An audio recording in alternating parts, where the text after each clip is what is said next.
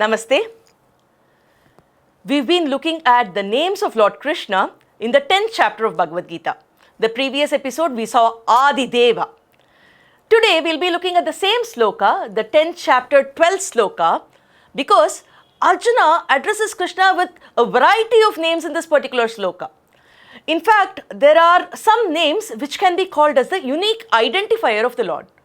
What do we mean by the unique identifier of the Lord? This is called as Lakshana. Suppose a person is not able to pick up his child from school. So he's asking his neighbor, can you please go pick up my child because I'm a little busy today. So his neighbor asks how do I identify your child? So this person says my kid will be wearing a blue color uniform, so just go to the school and pick up the kid.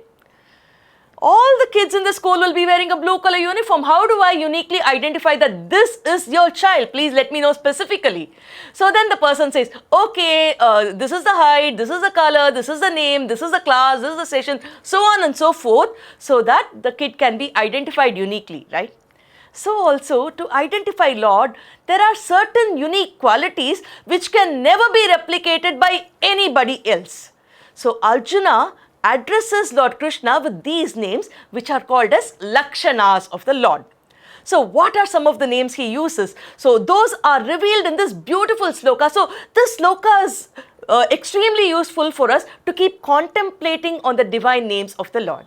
Param Brahma, Param Dhama, Pavitram, Paramam Bhavan, Purusham Shashwatam Divyam, Adi Devam Ajam Vibhum. Here, Arjuna addresses Lord Krishna as Param Brahma, Param Dhama, Pavitram, Paramam Bhavan. So, Param Brahma is the very first name he calls. He says, Bhavan, Param Brahma. So, he says, hey Krishna, Bhavan, you are the Param Brahma himself. So, what do we mean by Param Brahma? What is Brahma? Brahma has been used in Bhagavad Gita to refer to so many different things. In fact, there is a sloka where Brahmarpanam Brahmahavihi Brahmagno Brahmanahutam Brahmaivatena Gandavyam Brahma Karma Samadhina, in which every single word Brahma actually represents a totally different thing. So, how do we know what Arjuna says here? Therefore, Arjuna has a qualifier, Param Brahma. Param means the ultimate. Param Brahma, the ultimate, the superior, the best Brahma is you. So, what do we mean by ultimate Brahma or the most superior Brahma is? It is defined extremely well in Taittiriya Upanishad, where the definition of Parabrahma is given. Bhagavad Ramanuja uses this to address and explain to us what this sloka actually means. It says, Eto va imani bhutani jayante, Yena jatani jivanti, so on and so forth. From where the entire creation comes in, which is the reason for the existence of everything, and when they perish, where everything goes back, that is Parabrahma. So the entire creation comes from a place that is sustained and then it goes back to the same place. So whichever does that, that is Param Brahma. How do we understand this? How can something come from the same place and go back to the same place? So if we look at a spider, we can understand this very easily. So a spider basically creates a web, and this web is created by the fluids inside its own body. And after the spider gets its prey, what happens?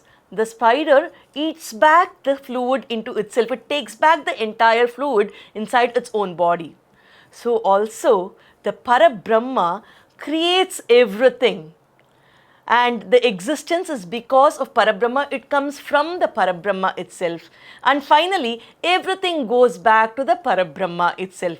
Therefore, this concept cannot be replicated by anybody else. This is a unique quality of Parabrahma and nobody can claim to have this quality. Arjuna says, hey, Bhavan Parabrahma, you are the person which makes this creation, which absorbs this creation as well.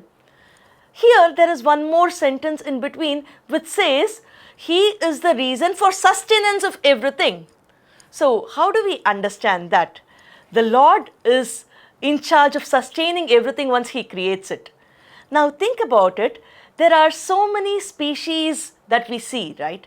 In fact, Srimad Bhagavatam says that there are lakhs and lakhs of species in existence.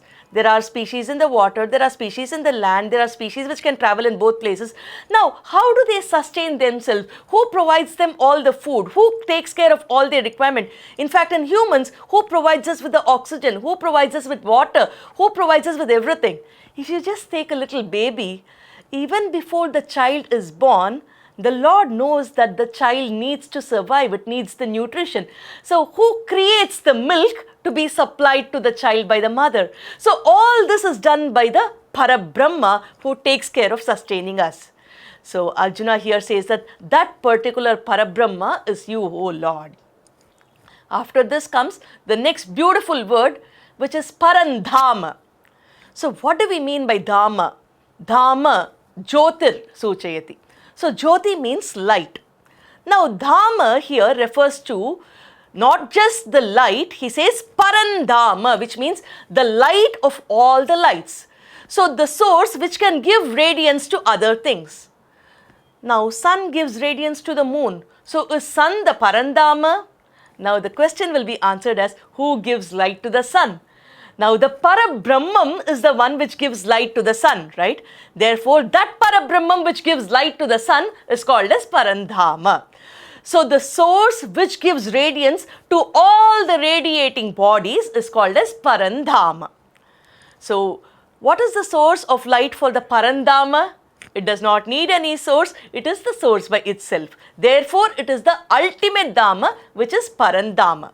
In fact, we saw the meaning of this when we discussed about the name Keshava, because the Lord's hair is so radiant that it gives radiance to all the radiant objects in the universe. We also saw a similar meaning when we were discussing about Rishikesa. So much is the radiance of the Lord that he gives light to everything which is existing. Now the final word Arjuna says is Paramam Pavitram Bhavan. You are the purity, the ultimate purity. Now what do we understand by ultimate purity? Because there can be some objects which are pure. Now we say that Ganga Jal is pure. So we go take a dip in the Ganga Jal. Now, so is Ganga Jal Paramam Pavitram? Paramam Pavitram means the one which can make the Ganga Jal as Pavitram. So now Arjuna says that I have done so many mistakes. I have been doing a lot of things. In fact, even now I am so confused whether I should fight or not. So I am nowhere close to being pure. But you know what? You are the Pavitra. You are not just Pavitra. You are Paramam Pavitram, which means you can purify those things which are not pure also, thereby purifying that and you being pure by yourself. So you are the ultimate purity because you are now going to purify me and then accept me.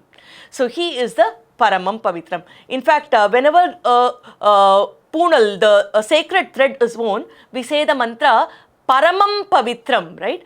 Because the sacred thread makes the wearer of the thread so pure. So that is why it's called as the Paramam Pavitram. Yajñopavitam Paramam Pavitram, we say. So this Yajñopavitra, the sacred thread that is worn, is supposed to be the Parama Pavitra.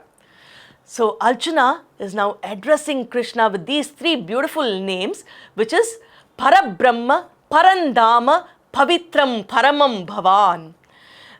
In fact, when we look at Sahasranamam, Bhishmacharya explains that Anandam Parabrahmeti Yonihi.